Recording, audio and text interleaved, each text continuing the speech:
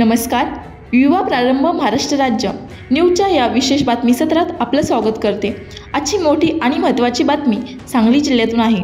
स्थानिक गुन्हे अन्वेषण शाखेने मिरज ग्रामीण पोलीस ठाणे क्षेत्रात मोठी कारवाई करत घरफोडी प्रकरणातील 2 सराईत आरोपींना अटक केली आहे. या प्रकरणात पोलिसांनी 8.51 लाख रुपयांचा चोरीचा मुद्देमाल हस्तगत केला आहे. दिनांक 3 जानेवारी 2025 रोजी मिरजच्या सुभाषनगर भागात राहणाऱ्या मुद्देसर रशीद सतारमेकर यांच्या घरात चोरी झाली होती. पोलिसांनी या प्रकरणात कसून तपास करत आरोपींच्या मागावर जाऊन अखेर 2 आरोपींना अटक केली आहे. आणखी एक विशेष गोष्ट म्हणजे या तपासात स्थानिक गुन्हे अन्वेषण शाखेसह सायबर पोलीस ठाण्याचाही महत्त्वाचा सहभाग होता. वरिष्ठ पोलीस अधीक्षक संदीप घुगे आणि अपर पोलीस अधीक्षक रितू खोखर यांच्या मार्गदर्शनाखाली ही कारवाई पार पडली.